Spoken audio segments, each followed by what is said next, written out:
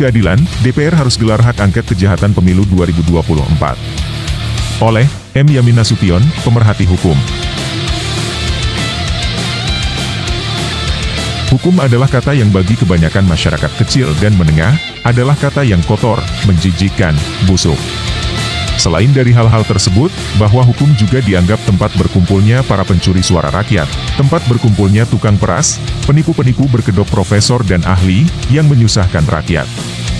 Terlebih lagi, runtuhnya Mahkamah Konstitusi atau MK untuk kesekian kalinya, sudah dapat memastikan bahwa tempat ini adalah lapak para penjahat dan pengemis kekuasaan.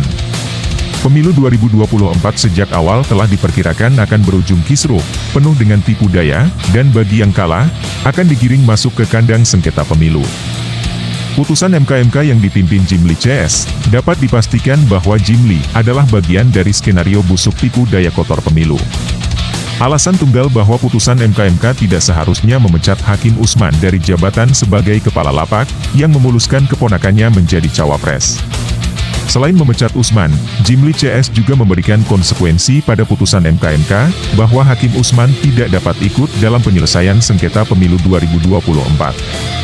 Putusan MK adalah putusan yang bersifat konstitutif vonis, di mana putusan hanya memberikan rekomendasi pada Presiden untuk diberhentikan apabila ditemukan pelanggaran etik. Namun melihat kemarahan rakyat, akademisi dan lainnya, akan membawa Presiden ke dalam kondisi psikologi terburuknya. Maka Jimli pada dasarnya menjadi penenang kemarahan rakyat dengan membuat seolah-olah telah melakukan suatu tindakan heroik dengan memecat dari jabatan dan melarang ikut sebagai hakim dalam sengketa pemilu. Jimli memang menjadi hero bagi Presiden, dengan tidak memposisikan Presiden di tempat tekanan bila mengikuti doktrin dan prosedur hukum, dengan memberikan rekomendasi pemberhentian Usman. Lagi-lagi rakyat kalah, tertipu. Sesuai prediksi awal beberapa sarjana hukum, bahwa putusan MK akan digugat ke PT UN oleh Usman. Kisruh busuknya pemilu 2024 terlihat begitu nyata, bahwa yang kalah akan digiring ke lapak Mahkamah Konstitusi. Ahli-ahli nujum tata negara, tukang sulap, kawanan calo dan perampok, telah berkali-kali menyebutkan, silahkan ajukan ke MK. Bahkan Presiden Jokowi turut serta melakukan penggiringan tersebut dengan mengatakan, jangan hanya teriak curang-curang, silahkan ajukan ke MK. Telah disebutkan bahwa hukum berkaitan dengan akal.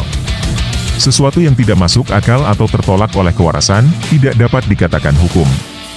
Menurut saya pribadi, bahwa, tak ada orang yang memiliki akal yang masih sehat, akan membawa masalahnya dan meminta permasalahan tersebut untuk diselesaikan dengan jujur, namun membawanya ke tempat yang menjadi sumber masalah dan petaka bagi dirinya.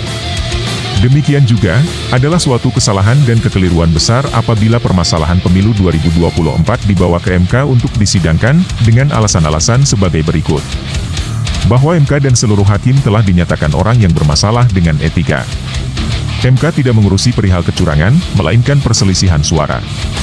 MK adalah pengadilan norma, iudex nom, bukan pengadilan fakta, iudex faksi, seperti Mahkamah Agung atau jurisdiksi, sehingga kelemahannya tidak akan dapat membuktikan kecurangan. Dan kecurangan adalah suatu kejahatan yang membutuhkan penyelidikan, penyidikan bukti-bukti, dan membutuhkan ruang, tempat dalam pembuktian kebenaran material. Bukan kebenaran norma seperti di MK. Ini adalah kekeliruan terbesar pembuat undang-undang. Demi rasa keadilan, maka hak angket kejahatan pencurian suara rakyat pada pemilu 2024 harus digelar oleh DPR RI, sehingga niat baik dalam bernegara tetap terjaga. Mengingat, perihal pemilu adalah hal urgent yang semestinya menjadi sangat penting. Pemilu yang baik dan jujur adalah pintu awal menuju negara yang lebih baik. Jika sebaliknya, maka akan menuju kehancuran massal.